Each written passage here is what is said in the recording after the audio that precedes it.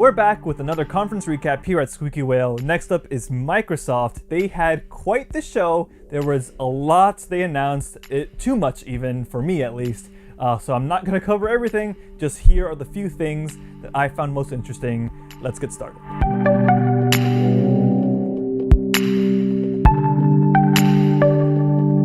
Microsoft started the show with a tease for Halo Infinite, which I assume is the new Halo game. I don't really know. There wasn't much in that trailer besides, a few shots of Master Chief's hat and him putting what I assume is Cortana in the back of his head. The trailer did mention that this is a new engine, and everything we saw was running in that engine. 343 Industries eventually put up a blog post after the trailer went up, talking a little bit more about what they're doing and how they hope that this is the future of Halo and all that stuff.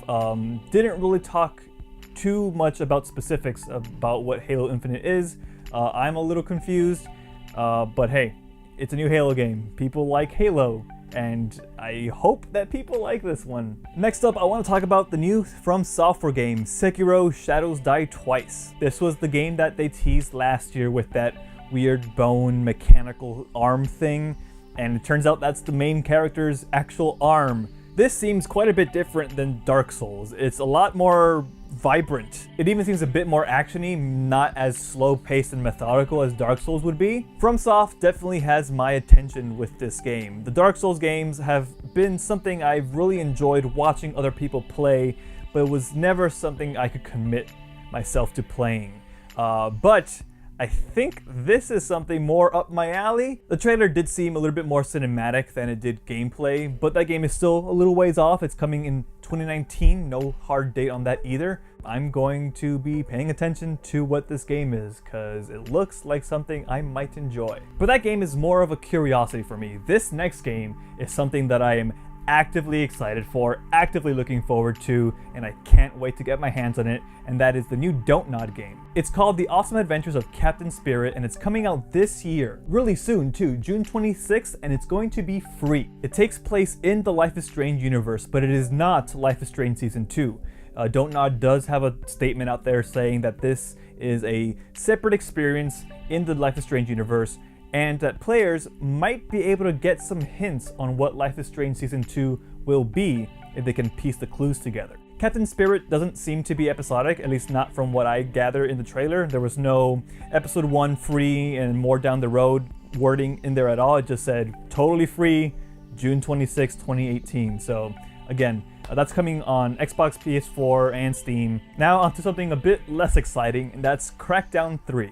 They showed off a new trailer with Terry Crews right at the center. I love Terry Crews, he has a lot of energy, and that trailer actually got me to chuckle here and there. But we know that game has had some trouble in development. It's gotten delayed multiple times, the most recent delay happening a couple days ago. It is now coming out in 2019, and honestly, a flashy trailer just isn't enough anymore. I need to see what that game is, because right now my expectations are pretty much at the floor. On to the next thing, which honestly I don't even really know where to begin because it's a lot to take in, but they showed off a brand new Kingdom Hearts 3 trailer. It is no secret that I am a big Kingdom Hearts fan, so seeing this show up before Square's conference later in the week, it was very surprising. They showed off the Frozen world, which honestly looks absolutely gorgeous. I don't really care all that much for the Disney stuff in the Kingdom Hearts games. I am not the biggest Disney fan. I come for all the anime bullshit, but I still enjoy exploring those worlds because they really craft those things to be a nice sight to behold. The biggest surprise of that trailer was near the end. You see Mickey coming out of what I can only describe as a dark anus, and then the reveal that Aqua has become a part of Xehanort. That makes zero sense to most of you out there because y'all haven't been playing all the Kingdom Hearts games, but I have. I am a Kingdom Hearts lore keeper. It is my curse, and that's a big fucking deal, and I need to know where that leads. That game is coming out no longer in 2018. It's been delayed to 2019, but we have a date, January 29th in the US and January 25th for Japan. While I'm on the topic, I might as well continue with all the other Square Enix stuff that they showed because there was more than I expected, especially considering Square has their own show later in the week, like I mentioned. Microsoft ended up showing a bit of Shadow of the Tomb Raider, which is the next Tomb Raider game, obviously. It's in the name. I actually played the second game, Rise of the Tomb Raider, fairly recently in lead up to Shadow of the Tomb Raider, which I know is coming out later this year in September. While I did like that game, I didn't enjoy it as much as I did the first one. That is maybe a byproduct of me playing it in 2018, where some of the mechanics felt a little dated, but that has me hopeful that the next game in the series will take that a bit further, and I'll have a really great time with that. Next on the Square docket was Just Cause 4, which I don't exactly know how I feel about. Just Cause 3 was quite the bummer of a game. I didn't really enjoy it at all. I did not like how their progression system was locked behind those challenges that I found just completely not fun and really tedious.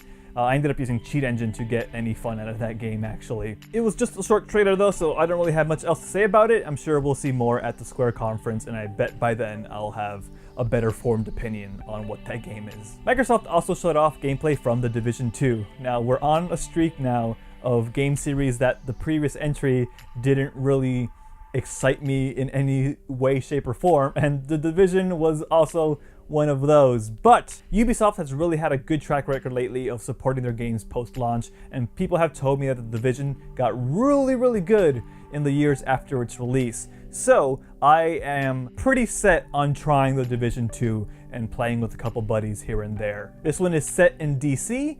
The trailer was a little weird considering our current political climate in the United States. It was talking about how America's in ruin and all this nonsense, and we're like, yeah, it sure fucking is, isn't it? Either way, I'm keeping an eye on that, and I'm sure we'll see more at the Ubisoft's conference as well. There's still a few more things I want to talk about, so let's just keep this ball rolling. Cuphead. There's new Cuphead DLC coming. It is called Cuphead: The Delicious Last Course. Of course, the DLC stars our favorite friends Cuphead and Mugman, but it also includes Miss Chalice, who, if you remember from the main game, was a floating ghost, and a new Salt Shaker character, which I don't know his role in the DLC just yet. It adds an entire new island, which I assume means a whole slew of new bosses, and that's coming in 2019. I really enjoyed Cuphead, even though I never finished it. It is an incredibly difficult game.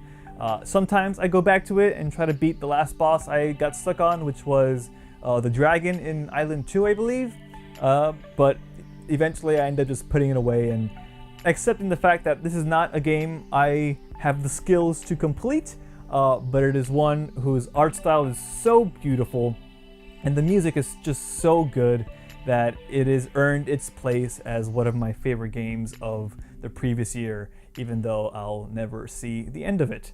And having more DLC for that sounds like a good plan to me. And finally, I want to talk about Gears. Now, I'm not the biggest Gears fan, but they did announce 3 Gears games here, and I feel like that is worth, a mention in this video. They announced a new Gears game, Gears 5, where you'll play as one of the characters whose name I don't know, because I don't really play Gears. It looks like that character is somehow related to the bad guys in Gears, and that might cause some problems within the team, and I don't know. This is angering a lot of Gears fans because I don't really know what I'm talking about. But hey, it looks like it might be a good Gears game. Next up, they announced Gears Tactics, which is like an XCOM, but with Gears, and that just makes sense to me, right? Like you got big burly dudes with giant chainsaw guns.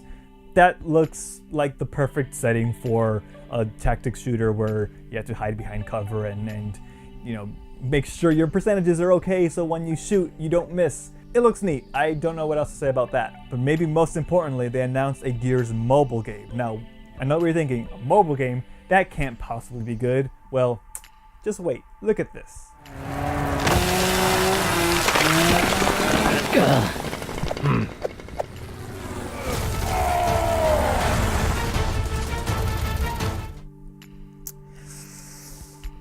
Yeah. Funko Pops in a Gears game. Great. Anyway, that's the Microsoft show. There's not really much else. Of course I'm just fucking with you. I'm not gonna end this video without talking about Cyberpunk. After many years, we finally got a look at what Cyberpunk possibly is. It was, again, another cinematic trailer, really flashy, really actiony, more to set the mood of what that game could be. but boy am I down for whatever the fuck that is. The logo alone maybe might have sold me. Like seriously, that logo is so goddamn good. I want to have sex with that logo. There isn't a lot of information to glean from this trailer, but what was cool during the beginning bit when they're fake hacking the Microsoft conference, a few codes show up on screen, and if you're quick enough, you could redeem those codes on the Xbox store for a free copy of The Witcher 3 Game of the Year Edition. Now here's where I disappoint everybody. I haven't played a Witcher game. The Witcher has been a franchise that, again, like Souls, has intrigued me. I've enjoyed watching other people play those games, but something just kept me away from it. Part of it was the fantasy setting. I'm not a huge fantasy guy, even though I love playing D&D. Other part was the combat and some of the mechanics and the, you know, there's stuff there that a lot of Witcher fans I think would agree that are barriers for new players to come in, even though once they're in, they're hooked. But being in this sci-fi cyberpunk setting for Cyberpunk 2077, I think that's more than enough of a draw for me to finally try out a CD Projekt Red game. I am really excited to see more of that.